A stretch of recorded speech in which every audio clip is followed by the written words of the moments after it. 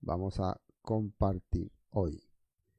Y arrancamos, ¿no? Con este capítulo, viendo la Biblia. A ver si ahí aparece la Biblia. Es importante. Ahí está. Por tanto, dejando ya los rudimentos de la doctrina de Cristo, vamos adelante, dice, a la perfección, no echando otra vez el fundamento del arrepentimiento de obras muertas, de la fe en Dios, de la doctrina del bautismo, de la imposición de manos, de la resurrección de los muertos y el juicio eterno. Es el tema que vamos a compartir por el momento, creo que en los primeros minutos. Así que estén pendientes, estén pendientes. ¿Qué dice acá? Ahí tienen ustedes en la pantalla el capítulo 6, pero previo quiero que veamos lo que decía el final, el capítulo 5, con qué acababa. Miren ahí, acaba de esta manera. El versículo 12, porque debiendo ser ya maestros, después de tanto tiempo, tenéis necesidad de que se os vuelva a enseñar. ¿Qué dice acá? ¿Cuáles son los primeros rudimentos de las palabras de Dios? Y habéis llegado a ser tales que tenéis necesidad de leche y no de alimento sólido. Entonces, después de tanto tiempo, estaba hablando, recuerden que el escritor de Hebreo le estaba hablando a una comunidad que ya han pasado más de 50 años de que están recibiendo la enseñanza transmitida por el Mesías, pero aún siguen ellos con un pensamiento de que muchas cosas no cuadran, ¿no? Y vamos a ver por qué. Acaba de decir cuál es la razón, de qué es el tema acá. Y todo aquel que participa de leche es inexperto, dice, en la palabra de justicia porque es niño. Pero el alimento sólido es para los que han alcanzado madurez, para los que atiendan bien este punto, por el uso tienen los sentidos ejercitados en el discernimiento del bien y el mal. El tema es, ¿en qué es lo que uno tiene que ser experto? ¿En qué es lo que uno tiene que ser, ¿cómo se dice? Conocedor. ¿En qué es lo que uno tiene que ser sabio?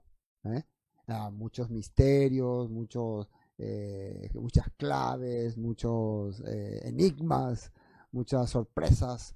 No. En lo que uno tiene que ser experto, de acuerdo a lo que está diciendo aquí en el capítulo 5, es discernimiento del bien y del mal. Discernimiento del bien y del mal. Si vos querés ser experto en la palabra, tenés que ser alguien que pueda discernir lo que está bien y lo que está mal. Y eso te va a hacer no ser un niño espiritual. ¿Y cómo puede discernir lo que está bien o lo que está mal? Para eso el Todopoderoso nos dejó la Escritura. Bueno, eso nosotros habíamos compartido ya la vez pasada en el capítulo 5. Ahora vamos a ver lo que dice el capítulo 6. Entonces, por tanto, ya una vez que podés discernir lo que está bien y lo que está mal, de acuerdo al capítulo 5, por tanto, dejando ya los rudimentos de la doctrina del Mesías. Ahora, esta palabra dejando los rudimentos de la doctrina del Mesías está un poco confusa, ¿no? ¿Cuáles son rudimentos? Sería ese pensamiento de que yo no conozco todavía lo que el Mesías quiere. A ver, ¿qué sería rudimentos de la doctrina del Mesías? Es como decir, yo no soy una persona que todavía, no entiende qué es lo que el Mesías quiere. O sea, el Mesías quiere revelarme misterios ocultos, el Mesías quiere revelarme misterios que otro no entiende, o qué es lo que el Mesías quiere. A eso es lo que se refiere a rudimentos. O sea, nosotros en esta altura de nuestro entendimiento espiritual, dice el escritor de Hebreo, ya deberíamos de entender qué es lo que el Mesías quiere. O sea, qué es lo que el Mesías quería transmitirnos de la palabra. Ya deberíamos de entender en este tiempo. Y dice, por tanto, dejando ya los rudimentos de la doctrina de Mesías, vamos adelante a la perfección. Y aquí hay una confusión que yo siempre explico. No sé por qué esta confusión en este texto, pero vi en otra versión que dice de otra forma y voy a compartir hoy acá. Acá dice, vamos a ver, importante que ustedes vean la Biblia, ¿no? No echando otra vez el fundamento del arrepentimiento, de obras muertas, después dice la doctrina del bautismo, de la imposición de mano. O sea, acá parece que dice que no hay que volvernos a esa base, algo así parece que dice, ¿no? Dice, a ver, vamos a entender bien. No echando otra vez el fundamento del arrepentimiento. O sea, está diciendo que el arrepentimiento, obras muertas, la fe en Dios, la doctrina del bautismo, la imposición de las manos, la resurrección de los muertos y el juicio eterno, son fundamentos por los cuales no tenemos que echar nuevamente. Vamos a ver cómo dice, por ejemplo, la Nueva Traducción Viviente. Creo que es similar. Así que dejemos de repasar una y otra vez las enseñanzas elementales acerca del Mesías, dice.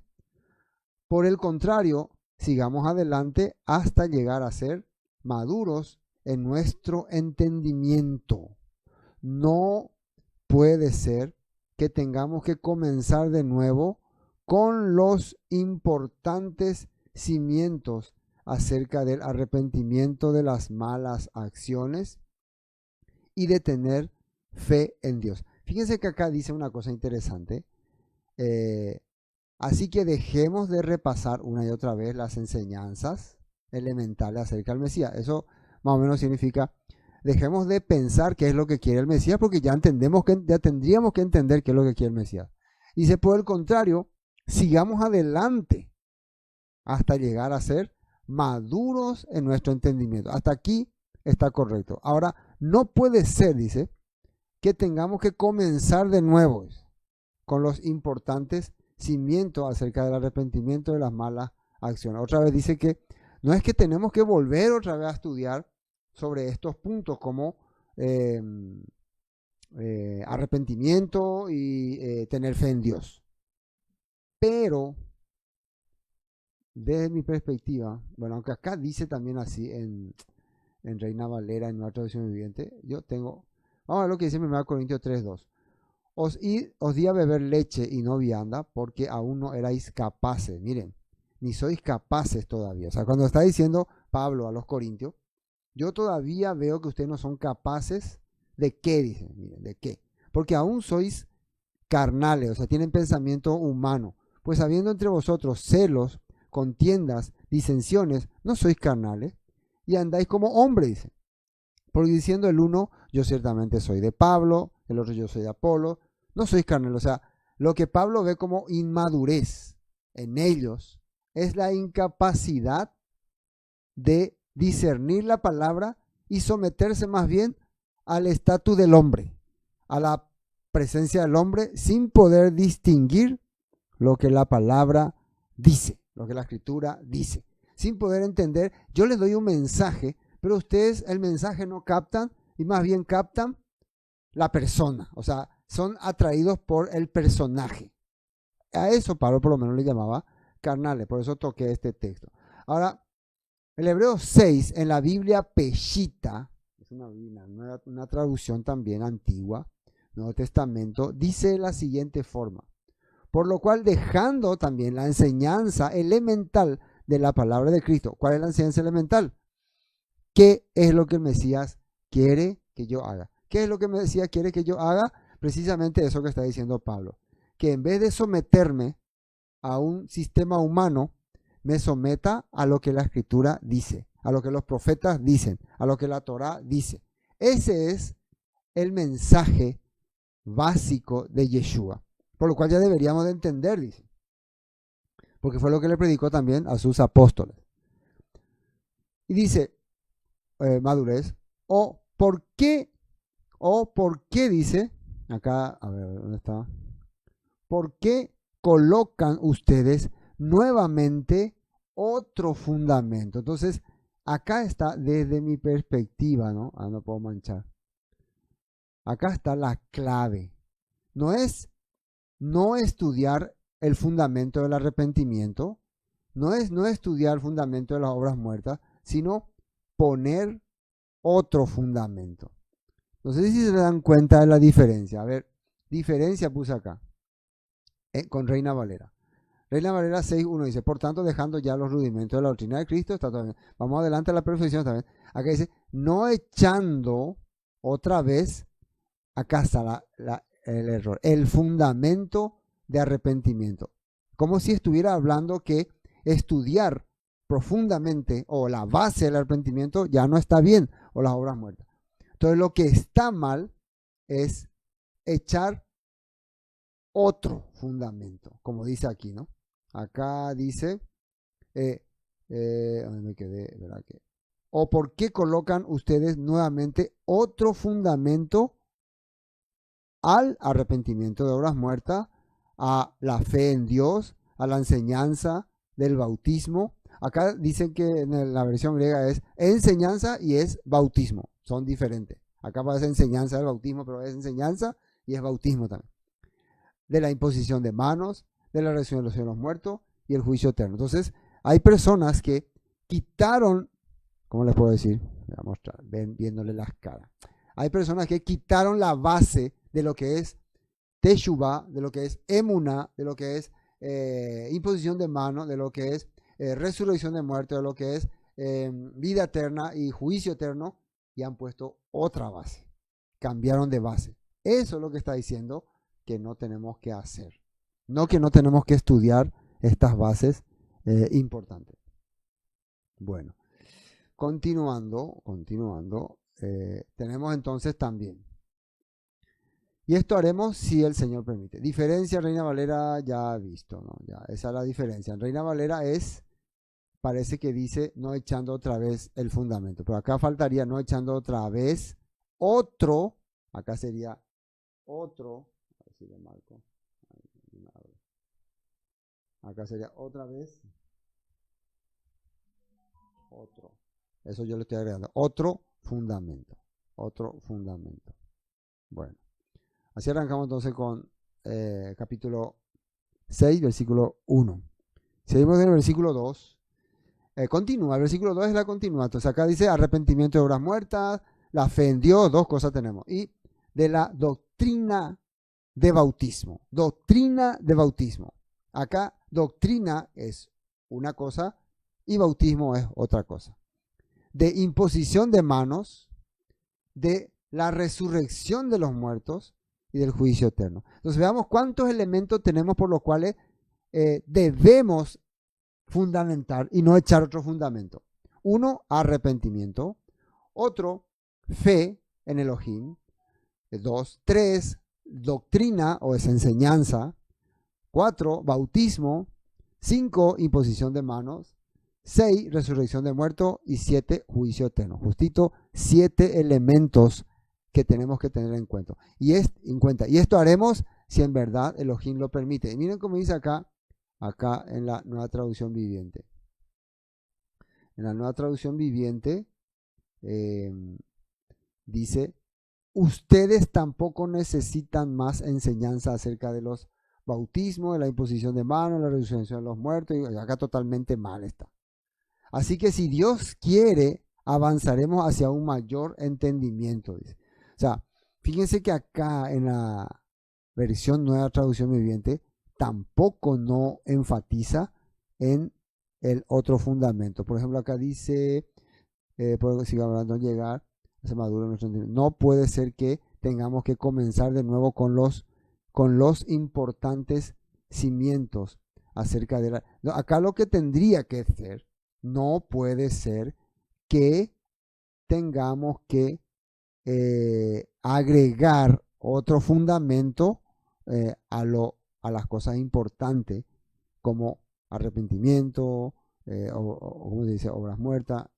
Eso no se le puede cambiar, no podemos hacer el cambio. Precisamente lo que la mayoría de las congregaciones cristianas han hecho. Estos fundamentos básicos para entender la fe en Yeshua le han puesto otro fundamento. ¿Se acuerdan que Pablo dijo que no tenemos otro fundamento que la del Mesías, ¿no? El Mesías es nuestro fundamento correcto. Bueno, a ver, Shalom, creo que me están escuchando bien. No sé si ustedes no captan o no entienden, hagan ahí una pregunta, ¿no? Estoy viendo acá.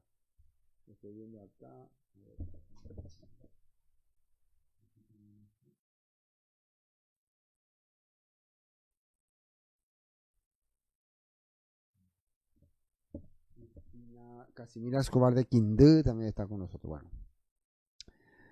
Bueno, veamos esta nota 2. Hebreos 6.1. Por lo tanto, dejando ya los rudimentos de la doctrina de Cristo, vamos adelante a la perfección. Ahora voy a explicar detalladamente cada fundamento.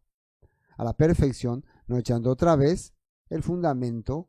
O sea, hijo pródigo significa este arrepentimiento de obras muertas. Recuerden que no es no echando otra vez, sino no echando otro fundamento, no echando otro fundamento sobre arrepentimiento de obras muertas. Y tenemos como ejemplo el hijo pródigo. El hijo pródigo salió de su casa, vivió corrupto en el campo, lejos, gastó todo su dinero y después escuchó la voz internamente de su padre y decidió regresar. Y bueno, entonces el fundamento que la palabra nos enseña es que cuando vos te apartás del Padre, perdés todos los bienes que tuviste. Si recordás qué había en la casa de tu Padre, tu corazón va a hacer que regrese. Por eso, arrepentimiento de obras muertas significa teshuvá, regresar a la palabra, dejar el camino viejo, madurar en lo espiritual. Nosotros no le podemos poner otro fundamento a esto. Esto no tiene otro fundamento. O sea, arrepentimiento, ahora muchos le han puesto que es, no sé, cambiar de pensamiento. Muchas veces metanoia le han puesto, en griego es metanoia. En realidad, el teshuvá que el Todopoderoso pide, el teshuvá que el Todopoderoso busca, es el regresar, retornar, volver. Cuando Yeshua decía, el tiempo se ha cumplido, arrepentíos y creen en el Evangelio, está diciendo, regresen. No se confundan con un arrepentimiento simplemente de mentalidad, naturaleza, sino de salir de un sistema y regresar al sistema que el Todopoderoso puso. Eso sería entonces punto 1, arrepentimiento de obras muertas. Obras muertas significa trabajo que no da ningún resultado, que no te lleva a ninguna parte o que te lleva a la muerte. Segundo, la fe en Dios o en Elohim. La fe, que es la palabra emuna, tenemos en Hebreos 11, que dice es la certeza de lo que se espera, la convicción de lo que no se ve. Los milagros de Yeshua, por ejemplo, se enfatizan mucho en la fidelidad, en la fe. ¿Te acuerdas que le dijo, mujer, tu fe te ha salvado? Mujer, tu entendimiento de lo que está aconteciendo acá te ha hecho ser parte del ministerio. Y también tenemos en Lucas 24, cuando Yeshua les abre el entendimiento a través de, ¿cómo se dice? A través de la palabra. Dice en hebreo, en Lucas 24, y les abrió el entendimiento para que comprendieran las escrituras. Entonces, emuná, ser fiel a Elohim, fidelidad a sus escrituras y a sus promesas. Nosotros esto no podemos cambiarlo. La fe no es creer ciegamente en algo, creer en algo que no existe. La fe es confiar en la enseñanza que el Eterno nos dio. Le vamos a mostrar como ejemplo. Acá está Hebreo 11. Dice, es pues la fe, la certeza de lo que se espera, la convicción de lo que no se ve, porque por ella ahí se alcanzaron buen testimonio los antiguos. Por ejemplo, dice, convicción de lo que no se ve, certeza de lo que se espera, porque alguien me enseñó algo que no veo, pero estoy convencido.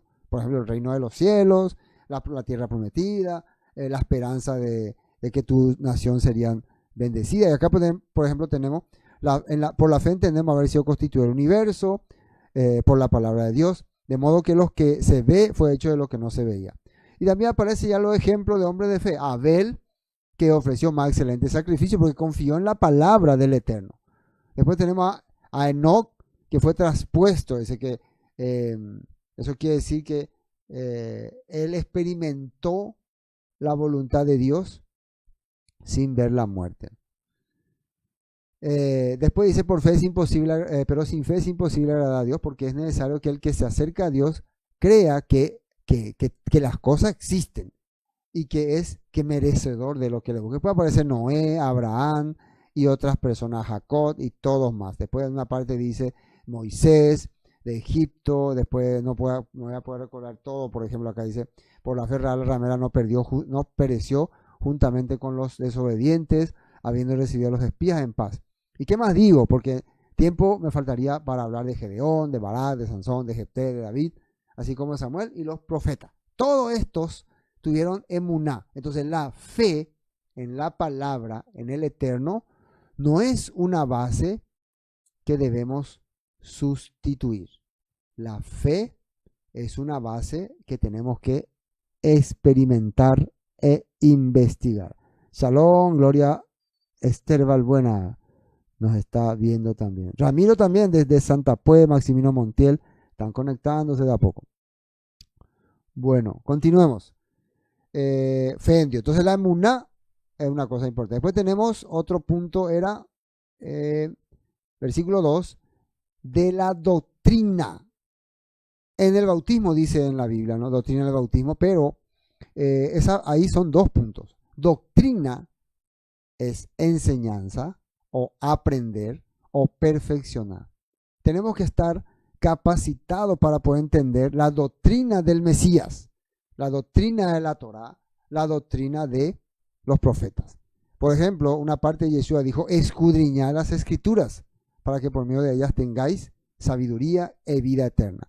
Y Pablo le dice a Timoteo también que persiste tú en lo que has aprendido y te persuadiste sabiendo de quién has aprendido.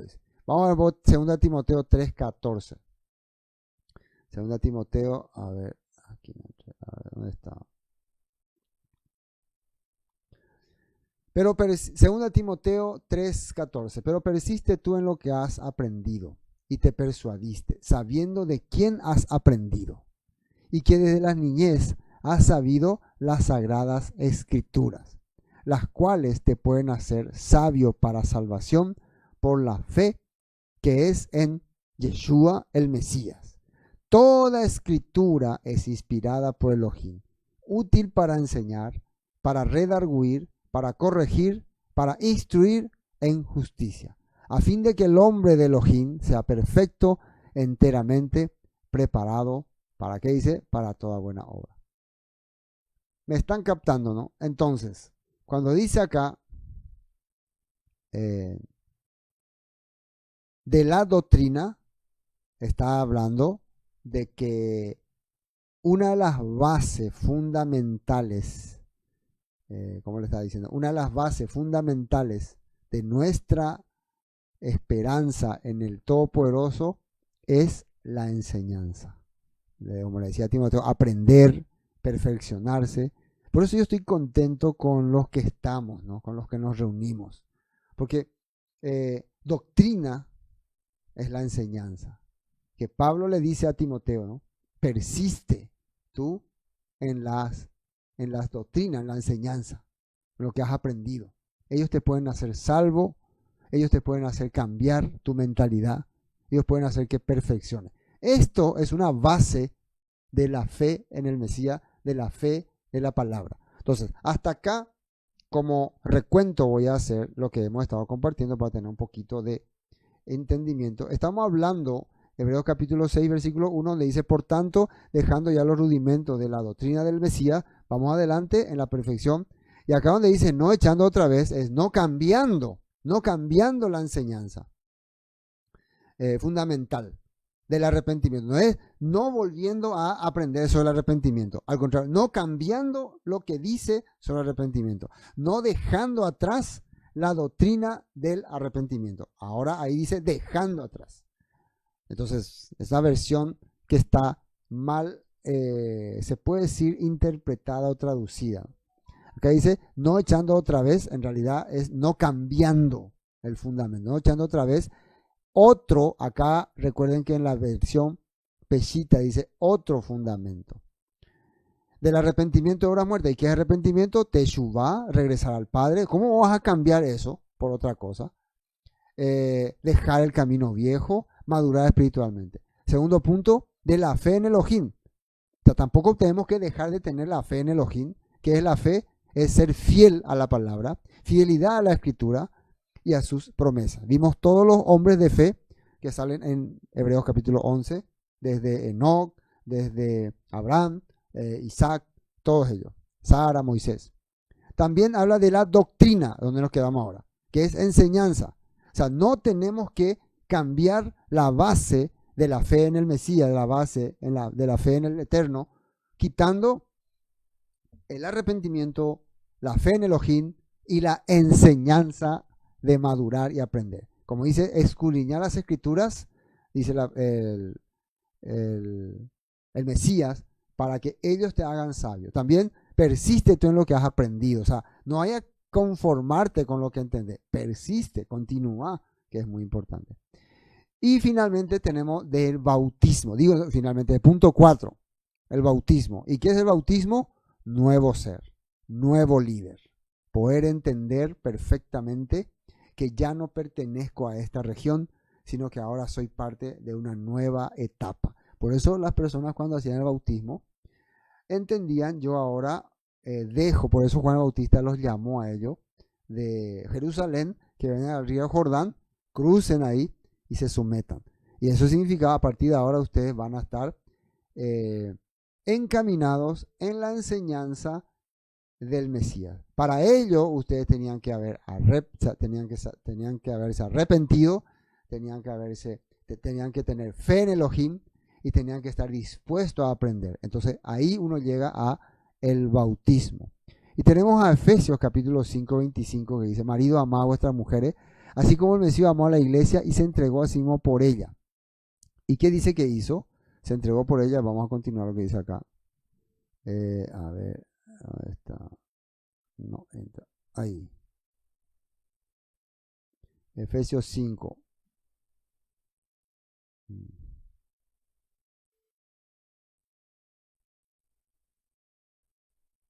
Ahí está. Marido, amad a vuestras mujeres. Ah, no, no están viendo ustedes la Biblia, perdón. Ahora sí. Maridos, amad a vuestras mujeres, así como el Mesías amó a la iglesia y se entregó a sí mismo por ella. ¿Qué tiene que ver esto con el bautismo? Fíjense ahí. ¿Por qué el Mesías amó a la iglesia? Amar significa le sirvió para santificarla. ¿Qué significa santificarla? Apartarla. Habiéndola purificado, dice, en el lavamiento del agua por la palabra. O sea, el Todopoderoso simbólicamente nos apartó lavándonos, mojándonos, bañándonos, para que ya después de salir del agua seamos puros. Eso es lo que simbólicamente representa la enseñanza que habla del bautismo. A fin de presentársela, dice, asimismo, una iglesia gloriosa, que no tuviese mancha, ni arruga, ni cosa semejante, sino que fuese santa y sin mancha. ¿Ven? Bueno, estamos viendo entonces estos puntos importantes que habla del fundamento de la fe en el Mesías. Así podríamos haberle puesto como título, ¿no? Fundamento de la fe en el Mesías. Bueno, hasta aquí vimos. Después voy a ver los puntos uno por uno, ¿no? Ahora nos quedamos en el bautismo. Después habla de imposición de manos. 5 puntos, punto 5. Otra de las bases importantes. Fíjense cómo esto va teniendo orden. Lo primero que vos tenés que saber cuando sos un creyente y el cual no tenés que abandonar, sino que tenés que seguir madurando en eso, es la teshuva. Siempre tenés que estar saliendo y caminando hacia el reino del Eterno. Después, fe, fidelidad a la palabra, fidelidad al Eterno. Después teníamos, ¿cómo se dice? Enseñanza. Después tenemos que estar sujetos a la enseñanza. Y finalmente teníamos el bautismo, que quiere decir purificado, perfeccionado, cambiado de tono. Y ahora habla de imposición de manos, que una vez que voy a estar preparado como una iglesia santa, sin mancha, tenemos que transmitir nuestro conocimiento a otras personas para que puedan también ellos seguir el camino del Todopoderoso. Y esto vamos a aplicarlo acá. Entonces, 5. Imposición de manos. Una vez que yo aprendí todo lo que se relaciona con la emuná, con la teshuvá, con la enseñanza, con el bautismo, ¿no? Mi tarea como creyente en la escritura, como discípulo de Yeshua, fiel seguidor a las enseñanzas del Eterno, es transmitir y delegar. Uno puede pensar, pero yo no tengo ese don de delegarle a alguien algo. No necesita. Cuando vos ya va transmitiendo la palabra, cuando vos ya va compartiendo la palabra, esa persona que va aprendiendo automáticamente también va heredando, o sea, transmitiendo a otro. Automáticamente eso ocurre. Dice acá, por ejemplo, 1 Timoteo, nunca te apresures cuando tengas que nombrar un líder de la iglesia. No participes en los procesos de los demás, mantente puro, dice. Vamos a ver todo lo que dice acá en la escritura. Estamos en 1 Timoteo 5:22. Y a ver, si entramos ahí, ¿qué más le dice a Timoteo? 5:22.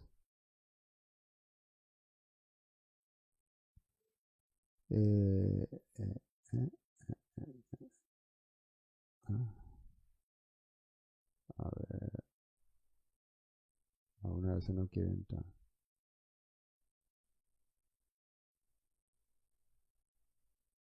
Bueno, 5:22 de 1 Timoteo dice, habla sobre la enseñanza, ¿no? A ver.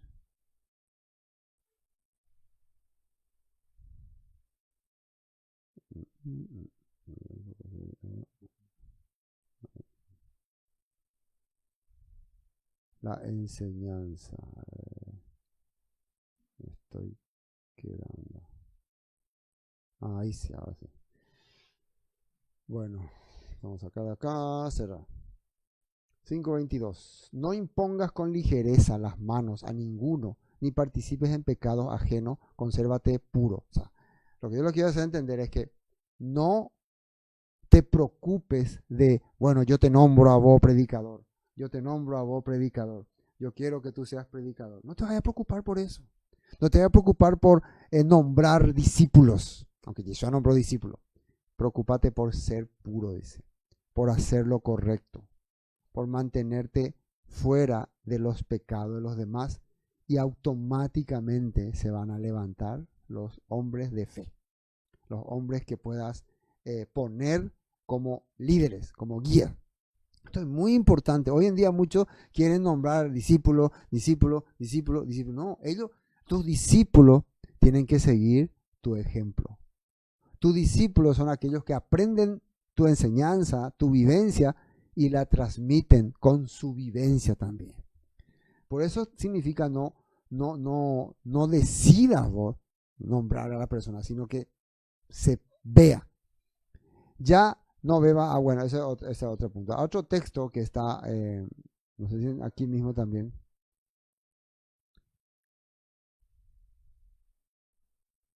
Miren acá, a ver, aquí mismo también teníamos otro. Timoteo 3:16. Toda la escritura, no era eso, no se ha visto. ¿Dónde está? Espera. Sí, este está bien. Vamos a la imposición de las manos. Un momento, aún hace tantos textos. De los 6. Doctrina, y aquí tenemos. Timoteo 3:1. Palabra fiel. Si alguno anhela obispado, a ver, buena obra desea. Pero es necesario que el obispo significa, de acuerdo a una traducción, el que mira más lejos que otro. O sea, si vos anhelás a alguien que puede mirar un poco más que otras personas, que sea irreprensible. Marido de una sola mujer. Ahora, una pregunta, ¿por qué dice una sola mujer? ¿Acaso podían tener dos? En algunos casos, algunos tenían dos en ese tiempo. Sobrio, que quiere decir despierto, que cuando, ese sobrio es importante, cuando va a tomar una decisión, no esté influenciado por ningún pensamiento raro, ni mentalidad rara, ni atormentado por algún espíritu raro.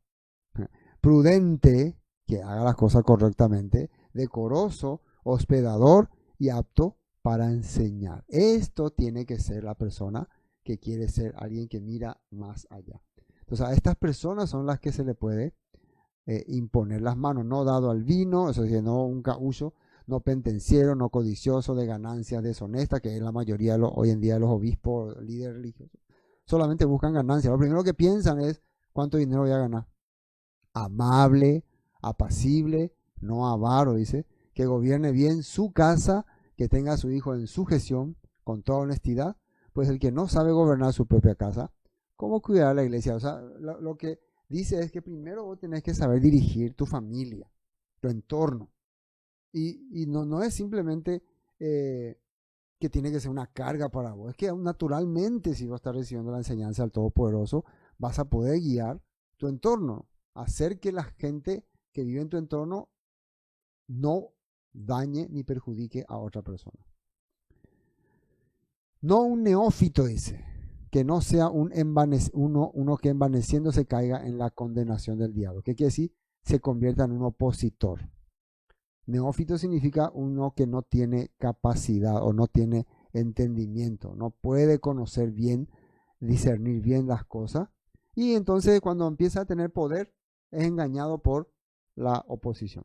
También es necesario que tenga buen testimonio de los de afuera para que no caiga en descrédito y en lazo del diablo, dice. Después hay más requisitos acá. Bueno, creo que ya estamos entendiendo este punto de la imposición de manos, ¿no? Imposición de manos. Bueno, este era el punto, la imposición de manos era el punto 5. Tenemos el punto 6, que es de la resurrección de los muertos. Y la resurrección de los muertos es sencillo, se refiere a las promesas de que a pesar de que nosotros estamos en esta vida y va a terminar esta vida, hay una esperanza de que el Todopoderoso nos va a restaurar físicamente. Hay una esperanza así. Tenemos textos como Ezequiel 37, que acá lo puse, como Juan 5 y Apocalipsis 20, donde habla de esos temas. Ezequiel 37 habla de la resurrección de los huesos secos. Juan 5 habla de que viene la hora cuando los que están en los sepulcros irán a la voz del Hijo de Dios, y los que hicieron lo correcto saldrán a la resurrección de vida, y los que hicieron lo malo a resurrección de condenación. Y Apocalipsis 20 también habla que los que resuciten en la primera resurrección van a estar con el Mesías 1000 años reinando. Entonces, esa es una doctrina, una enseñanza o un fundamento del cual no tenemos que despojarnos. Y finalmente, el 7, juicio eterno, que también, así como hay una esperanza de resurrección y de ser parte del reino del eterno, hay también la posibilidad de que quedemos fuera. Tenemos como ejemplo los israelitas que salieron de Egipto. Todos salieron con la promesa de llegar a la tierra prometida, de ser parte de esa herencia que se le había dado a los israelitas desde Abraham, Isaac, Jacob, pero algunos quedaron fuera, algunos fueron tragados por la tierra porque fueron rebeldes a esa promesa. Entonces todo esto son la base fundamental que no tenemos que cambiar. Amén. Bueno, recién estamos en el versículo 2, ahora versículo 3. ¿Qué dice el versículo 3? Dice, y así que si Dios quiere, avanzaremos hacia un mayor entendimiento. O sea, si Dios nos permite, todas estas bases van a ir superándose en nuestras vidas. No es que vamos a ir cambiándole, sino vamos a ir superando. Eso dice Hebreos 6:3. Bueno. No estoy mostrando la Biblia. Y esto haremos si Dios en verdad lo permite. Porque es imposible, acá viene otro punto importante. Es imposible que los que una vez fueron iluminados y gustaron del don celestial y fueron hechos partícipes del Espíritu Santo, o sea, de la enseñanza de arriba, Y así mismo gustaron de la buena palabra. O sea, no solamente recibieron, sino vivieron. Y los poderes del siglo venidero. Y recayeron. Sean otra vez renovados para Teshuvá, crucificando de nuevo para sí mismo al hijo de Elohim y exponiéndolo al vituperio. Esto vamos a explicar rápidamente, si es que nos da el tiempo. ¿Qué es lo que es imposible? ¿Quiénes son iluminados? Primero, ¿qué es imposible y quiénes son iluminados? Imposible es que las personas que ya entienden, vamos a mostrarle acá. Es que quiero que ustedes me vean la cara cuando yo les hablo ahí. Vean mi cara. Oh, ¿qué es imposible para los iluminados? Imposible. Primero, ¿quiénes son los iluminados? Los iluminados son los que un día se les abrió el entendimiento a través de la Torah. Comprendieron que ellos eran parte de una promesa, parte de un plan del Todopoderoso, y no solamente entendieron, sino como dice ahí, gustaron del don celestial, caminaron conforme a ese entendimiento, gozaron, se sintieron satisfechos, dijeron aleluya, alabado sea el Señor, estaban gozosos, felices. Esos son los iluminados. Ahora, ¿qué es imposible? Que sean nuevamente renovados para el arrepentimiento, dice. Recayeron, sale de una palabra, recayeron. Recayeron significa volvieron al viejo entendimiento. Acá voy a mostrar, la nueva traducción viviente dice que saborearon la bondad de la palabra de Dios y el poder del mundo y luego se alejan. Luego se alejan. Les voy a mostrar acá. En la nueva traducción viviente está. Luego se alejan de Elohim. Se alejan. Esta es la clave. Recayeron, dicen Reina Valera, pero en realidad lo que hicieron fue se alejaron de Elohim. Se fueron, se apartaron. No de la congregación, no del pastor, no de... Vos te podés apartar del pastor porque no te cae el pastor, porque el pastor es muy pesado, ¿no? Te podés apartar de una congregación. Pero del que no tenés que apartarte, y eso le digo a todos, es de Elohim, de sus bondades, de lo que Él te dio como entendimiento. Así que este tipo, por eso es importante, porque acá no quiere decir que el que se alejó de mi congregación, el que se alejó de... Porque muchos utilizan esta palabra para engatusar a otros. Oh, ¿qué tal? Dice la palabra, sin boya no vas a vacar. No está hablando del que se alejó de tu congregación. Tu congregación es el reino de Dios. Tu congregación es un instrumento. Todas las congregaciones, la nuestra también, que el Todopoderoso pone y usa para abrir la mente a algunos. Entonces el que se aleja de ese Todopoderoso, que en su vivencia sería, en su modo de vivir, le es imposible lograr que esas personas vuelvan a arrepentirse. Atiendan muy bien. No lo estoy diciendo yo, está diciendo el escritor de Hebreos, porque tiene testigos, testimonio. ¿Cuál es el ejemplo que él puede dar? Los israelitas que salieron de Egipto. Los israelitas que salieron de Egipto vieron todos los poderes, observaron, experimentaron, pero al final decayeron. Se apartaron. ¿Y qué salía de sus bocas? Levantemos un líder que nos vuelva a llevar a Egipto. Levantaron líderes que nuevamente le vuelvan hacia Egipto. Querían abandonar al Todopoderoso. ¿Pudieron cambiar sus corazones? Dice en la Escritura que los 600,000 israelitas mayores de 20 años que tenían poder de entender no llegaron a la tierra prometida. Sus corazones nunca cambió en el desierto. Vagaban en el desierto, dice ¿dónde era? En hebreo, ¿no? En hebreo. Estamos leyendo la nueva traducción viviente, ¿no? Hebreos 6. Al rechazar al Hijo de Dios, ellos mismos lo clavaron otra vez en la cruz y lo exponen a vergüenza pública, dice. O sea, Yeshua pues fue crucificado por nuestros pecados para que nosotros nos restauremos. O sea, la crucifixión de Yeshua significa restaurar mi corazón en la fe del Eterno a través de Yeshua. Y de esa manera ser parte de su reino. Pero cuando yo rechazo todas esas cosas, es como que yo no vale la pena tu sacrificio y prefiero exponerlo otra vez a Yeshua. Lo que debería quedar del sacrificio de Yeshua en la cruz es mi entendimiento positivo hacia la palabra, mi cercanía, mi conexión con el Eterno, a lo que nosotros hoy en día le podemos llamar la salvación. La muerte de Yeshua en la cruz, la exposición de Yeshua en la cruz, significa mi restauración en la voluntad de Dios, en la palabra de Dios. Y por eso mi nueva naturaleza, mi cambio en la vida.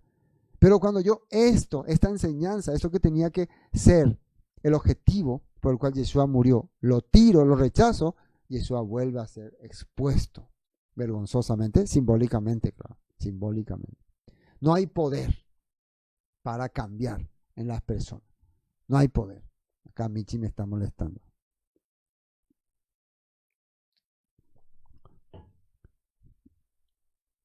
Jaque peaje, Maximino. Fiel Campuzano, saludos desde la ciudad de Limpio, Paraguay. Isidoro Osorio también, Shabbat Shalom. Oscar Durebateco, hermano, Oscar, Shabbat Shalom. Leculam, amado pastor Sergio, y todos los hermanos desde Villarrica, la capital del Espíritu Santo. Hermano Oscar, Villarrica es capital del Espíritu Santo. Espiritual, esa. Saludos, hermano Oscar, saludos a todas tus amigas. Bueno, estamos entonces en este tema. No pueden volver a arrepentirse. ¿Y por qué? Muchas veces ustedes saben que en Apocalipsis sale también una parte que aunque Dios les enviaba juicio, ellos preferían morir antes que arrepentirse.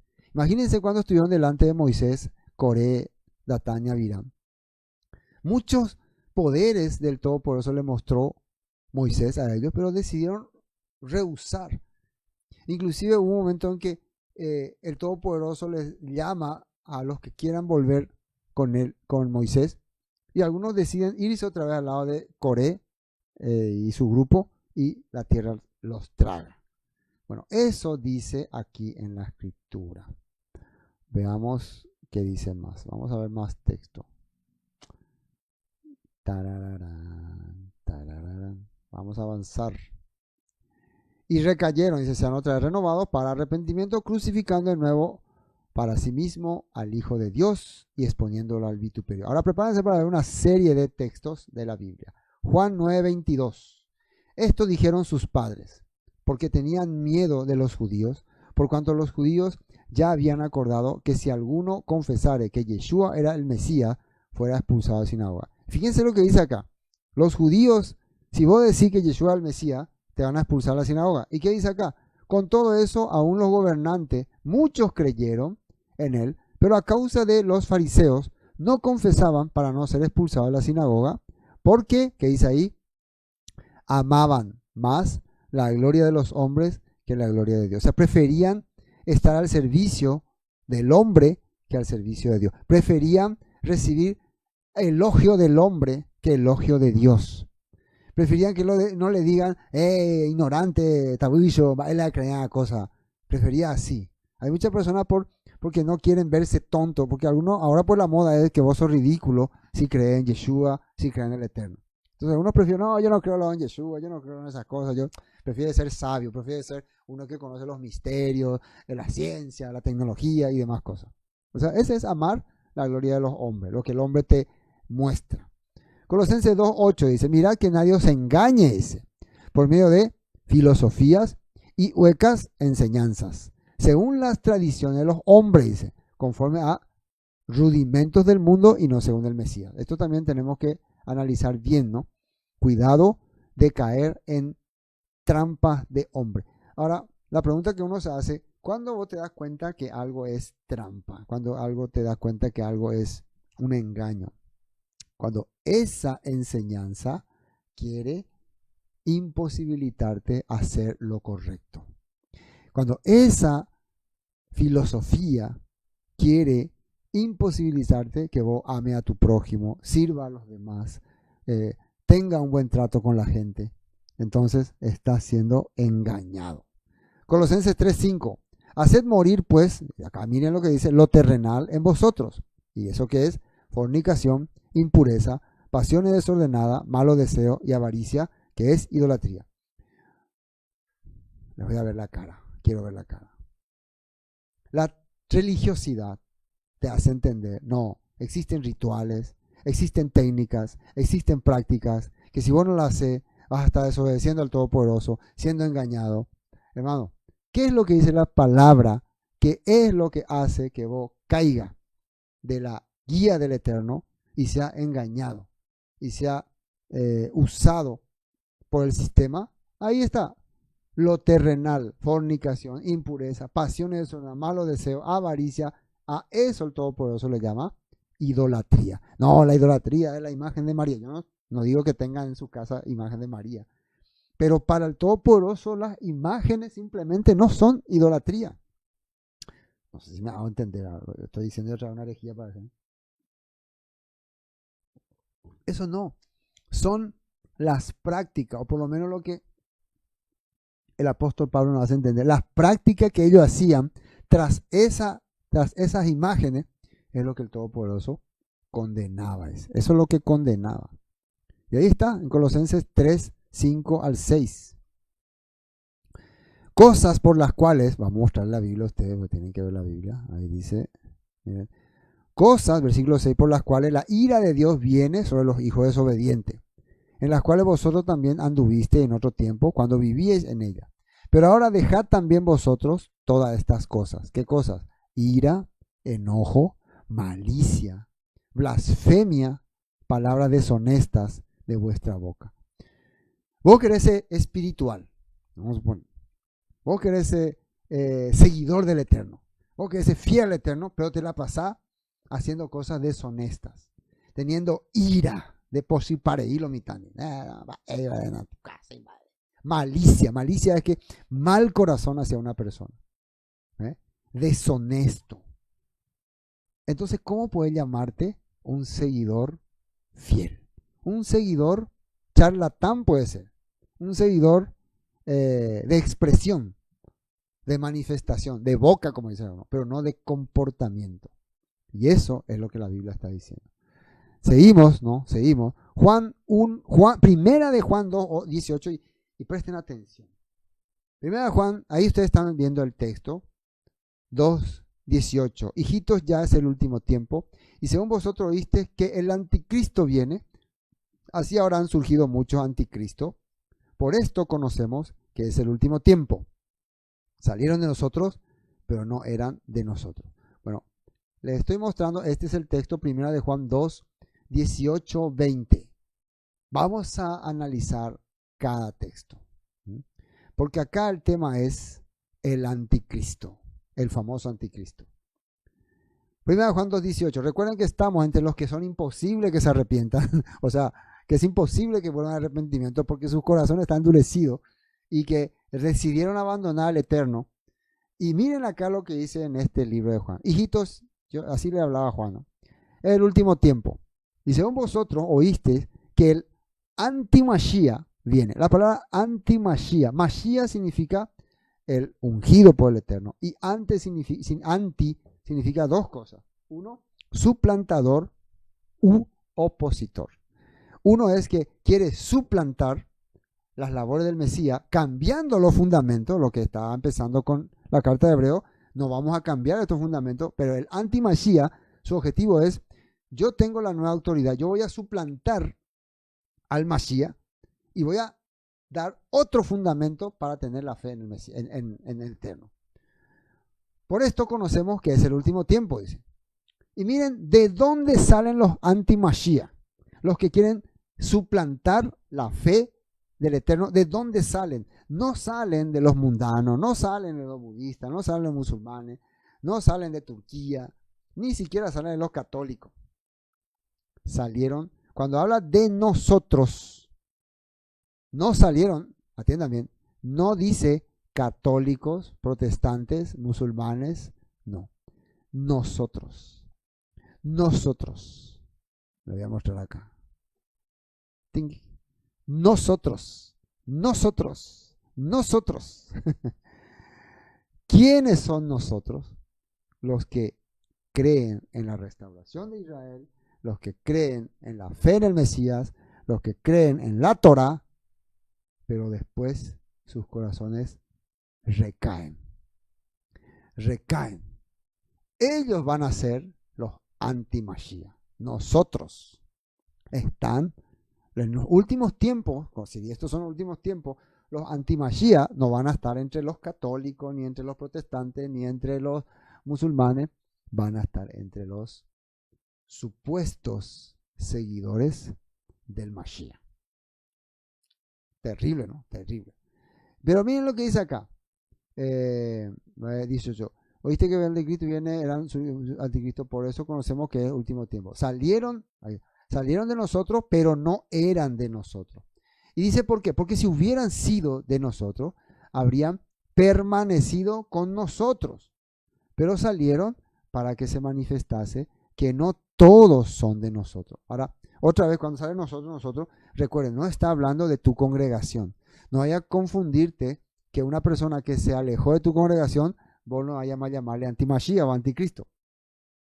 Estas personas salieron de la fe en Yeshua, de la fe en la Torá, de la fe en, ¿cómo les puedo decir? De la fe en la restauración, y ahora están creyendo totalmente lo opuesto y están queriendo poner otra base, otro fundamento. Están queriendo dar otra idea. Así que tal vez muchos en el cristianismo ni siquiera han entendido este punto, en otras religiones también. Por eso el anti-Mashiach es el que ya conoce todo y a pesar de eso lo rechaza. No solamente conoce, lo vivió, lo experimentó y después lo rechaza. Es imposible que esa persona vuelva a cambiar. Pero vosotros tenéis la unción del Santo, conocéis todas las cosas. Números 14:20 dice, entonces Yahweh dijo, yo lo he perdonado conforme a tu dicho. Este es, ¿cómo se dice? Cuando los israelitas, el Todopoderoso no los permitió entrar, eso ya hablé, en la tierra porque sus corazones nunca habían cambiado. Bueno, entendimos entonces el versículo 6. Ahora, versículo 7. Porque la tierra que bebe la lluvia, que muchas veces cae sobre ella y produce hierba provechosa a aquellos por los cuales es labrada, recibe bendición de Dios. Esto es muy importante, hermanos. Ahí está la palabra. Si vos sos parte de un entendimiento donde la palabra llega a tu vida, donde si vos sos una tierra labrada, como dice el Mesías, labrada, entonces cuando vos recibís la palabra, va a llegar a tu corazón. Isaías 55:10 dice así, la lluvia y la nieve descienden de los cielos y quedan en el suelo para regar la tierra, hacen crecer el grano y producen semilla para el agricultor y pan para el hambriento. Lo mismo sucede con mi palabra. La envío y siempre produce fruto, logrará todo lo que yo quiero y prosperará en todo. ¿Cómo dice? Prosperará en todos los lugares donde yo la envíe. Isaías 55:10 y 11. Entonces vimos ahí, la lluvia y la nieve descienden de lo alto. Entonces, sí, como dice la palabra, si tu corazón recibe la lluvia que cae del cielo, pero está labrada, vas a recibir mucha bendición. Contrario, que dice el versículo 8. Pero lo que produce espinos y abrojos es reprobada. Está próxima a ser maldecida y su fin es ser quemada. ¿Qué son los espinos? En un terreno, los que conocen bien de terreno van a saberlo. En un terreno, cuando vos echás mucha agua, sin labrar, sin preparar la tierra, crece toda clase de malezas. Crece yuyal, espinos, no sé, ñanandí le decimos nosotros, ¿no? Abrojos. Pero una tierra que está bien labrada, vos trabajás por la tierra y después cae el agua, da cosechas buenas. De la misma forma, nuestro corazón, si está preparado con la escritura, con buen fundamento, con buena base, que son las que vimos arriba, el arrepentimiento, la fe en Elohim, la emuná, la teshuvá, el tener buenos discípulos, el tener buena enseñanza, el tener, haber sido bautizado por la obra del Padre, el entender lo que significa la resurrección, el juicio eterno, la vida eterna. Si tenés esas bases, eso significa que tenés un corazón bien labrado y cada vez que escuches la palabra, tu corazón va a recibir bendición de Dios. De lo contrario, maldición. ¿Qué quiere decir? Vas a quedar fuera. Pero en cuanto a vosotros, dice, miren lo que dice el apóstol Pablo. En cuanto a vosotros, oh amados, estamos persuadidos de cosas mejores y que pertenecen a la salvación, aunque hablamos así. Le voy a mostrar los textos de la Biblia, ¿no? Hay una esperanza entonces para nosotros. Ahí tenemos Oscar Durey, Shabbat Shalom, Alecula, Amado, Pastor Villarica. Muy interesante el tema del libro de los Hebreos que apunta a avanzar hacia la meta. Amén, hermano. Después, por ejemplo, los de circuncisión y upea. Lo de circuncisión, sí. Pero siempre yetu, hermano. Oscar, el significado etimológico, o mejor dicho, en lenguaje tradicional, es un hereje que niega a Yahshua como el Mesías y Redentor. Sí, sí, pero uno que ya le conoció, ¿no? Uno que acá en hebreo, en este capítulo, está hablando de alguien que ya le conoció a Yeshua y después se volvió su contrario. Marcelo Consuegra. Hola, gusto escuchar de la palabra de Dios en vivo. Los saludo desde California. Gracias, hermano Marcelo. Gracias, saludos. Y un gusto también que estés conectado con nosotros. Bueno, así entonces, seguimos adelante. Ya vamos a terminar este capítulo. Vamos a terminar 10 capítulos, 10 versículos recién. Pero bueno, esto ya es más rápido. Les leo lo que dice. Pero en cuanto a vosotros, oh amados, estamos persuadidos de cosas mejores y que pertenecen a la salvación, aunque hablamos así. Miren lo que dice en una traducción viviente. Queridos amigos, aunque hablamos de este modo, dice duramente, ¿no? No creemos que esto se aplique a ustedes. Le consuela otra vez, ¿no? Estamos convencidos de que ustedes están destinados para cosas mejores, los cuales vienen con la salvación. Pablo le da esperanza a los que están por lo menos leyendo esta carta. Claro, si vos estás leyendo esta carta, si vos estás recibiendo este mensaje, lógico que tu corazón va a cambiar, ¿no? Primero, las personas que no quieren cambiar su corazón no quieren no escuchar nada. No quiero escuchar, déjeme en paz. Voy a seguir mi pensamiento como está. Porque Elohim, Dios, no es injusto para olvidar vuestra obra y el trabajo de amor que habéis mostrado hacia su nombre, habiendo servido a los santos y sirviéndoles a una cosa importante, hermanos. Los servicios que nosotros hacemos no son en vano. Predicar la palabra, usar nuestro tiempo. Yo creo, por ejemplo, este servicio que el Padre me permite hacer, de compartir acá con ustedes, utilizar ese tiempo, yo no creo que sea en vano. Irme a compartir con los hermanos en todo lugar, esos hermanos que nos reciben, nos abren las puertas, el pastor Luciano, su familia, el pastor Aníbal, el pastor y otros lugares también, ¿no? Todas partes donde hay gente que sirve. He visto en estas fiestas la gente compartiendo, celebrando, preparando, ordenando, bien, bien lindo los lugares. Todos esos servicios, hermano, el Todopoderoso tiene en cuenta. Así que agraden de la mejor manera que puedan. Él lo tiene en cuenta. Recordar sus fechas, recordar su tiempo. No sean tacaños. Aprovechen, si hay una oportunidad donde reunirse, reúnanse, congréganse, compartan, sirvan también. Eso es muy importante, porque Elohim no es injusto para olvidar vuestra obra y el trabajo de amor que habéis mostrado hacia su nombre, habiendo servido a los santos y sirviéndoles aún, dice, sirviéndoles aún. Pero deseamos que cada uno de vosotros muestre la misma solicitud hasta el fin, para plena certeza de la esperanza. O pabe coñan de tiempo el Todopoderoso hasta que termine, quiere que sigamos siendo fieles. a fin de que no os hagáis perezosos, sino imitadores de aquellos que por la fe y la paciencia heredan las promesas, dice. ¿Promesas dadas a quién?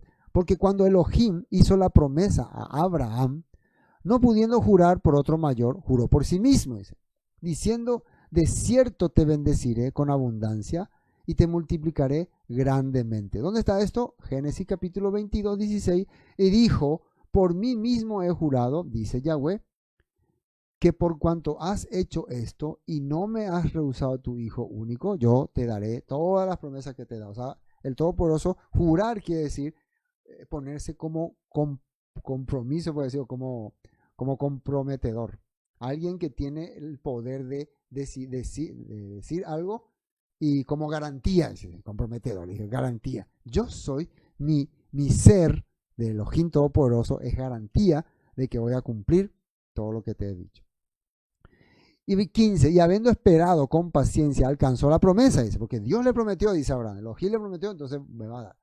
Porque los hombres, dice, esta es una opinión del escritor de Hebreos, juran por uno mayor que ellos, para que ellos a fin de toda controversia, no, y para ellos el fin de toda controversia es juramento para confirmación. Bueno, ¿qué significa este texto que está hablando acá en el 16?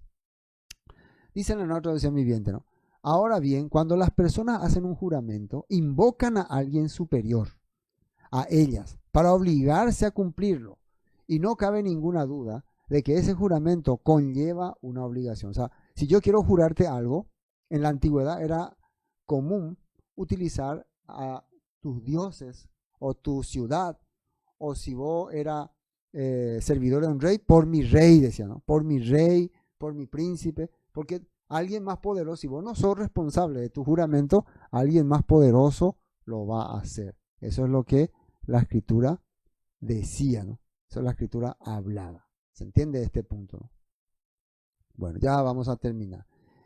Elohim también se comprometió mediante un juramento para que los que recibieran la promesa pudieran estar totalmente seguros de que él jamás cambiaría de parecer. Así que Elohim ha hecho ambas cosas, la promesa y el juramento. Estas dos cosas no pueden cambiar porque es imposible que Dios mienta. Por lo tanto, los que hemos acudido a Él en busca de refugio, podemos estar bien confiados, aferrándonos a la esperanza que está delante de nosotros. Y miren lo que dice 19. Esta esperanza es una ancla firme y confiable para el alma. Nos conduce a través de la cortina al santuario interior de Dios. Y Yeshua entró allí. Está hablando de un tiempo donde el Todopoderoso estableció un lugar celestial para todos sus seguidores y está explicando en el escritor de Hebreo, de acuerdo a su punto de vista, que nuestro maestro estuvo en ese lugar celestial. 20. Yeshua entró allí por nosotros. Él ha llegado a ser nuestro eterno sumo sacerdote, según el orden de Melquisedec. Y fíjense que termina este versículo 6, este capítulo 6, hablando de un personaje histórico llamado Melquisedec, y el escritor de Hebreo le está poniendo como característica de este personaje llamado Melquisedec, o que se le nombra como Melquisedec, a Yeshua. Yeshua representa ese Melquisedec del pasado. Yeshua entró por nosotros en el lugar sagrado.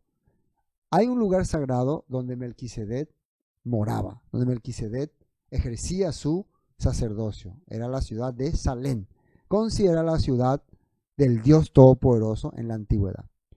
De acuerdo al escritor de Hebreos, él está comparando esa obra de ese sacerdote de aquella época. Melqui significa rey, Sedec significa justo, de aquel rey justo que también servía como sacerdote, a Yeshua. Yeshua también para su época está en ese lugar sagrado. Para nosotros hoy en día ese lugar Shalem sería Jerusalén. Pero por el momento, en forma simbólica o espiritual, Yeshua está ejerciendo un sacerdocio, se puede decir espiritual, desde allí. Pero en realidad nosotros sabemos que Él está con el Padre, ¿no? En lo alto. Pero el lugar sagrado es Jerusalén. Entonces, todo muy complicado. Pero a partir de ahora vamos a entrar más en el fondo sobre este personaje de Melquisedec, porque aquí en el capítulo 7 ya sí aparece Melquisedec. ¿Quién fue? ¿De dónde fue? Así que la próxima vez que compartamos hebreo, vamos a tocar sobre este rey. Va a estar interesante este Melquisedec. Ahí vamos a aprender muchas cosas. Bueno, hermanos, muy agradecido con ustedes por haberme permitido compartir la palabra del Eterno, la carta a los hebreos, hoy en día representada por, eh, ¿cómo se dice? Por este estudio. Así que, Shalom, el Todopoderoso les bendiga. Shabbat Shalom.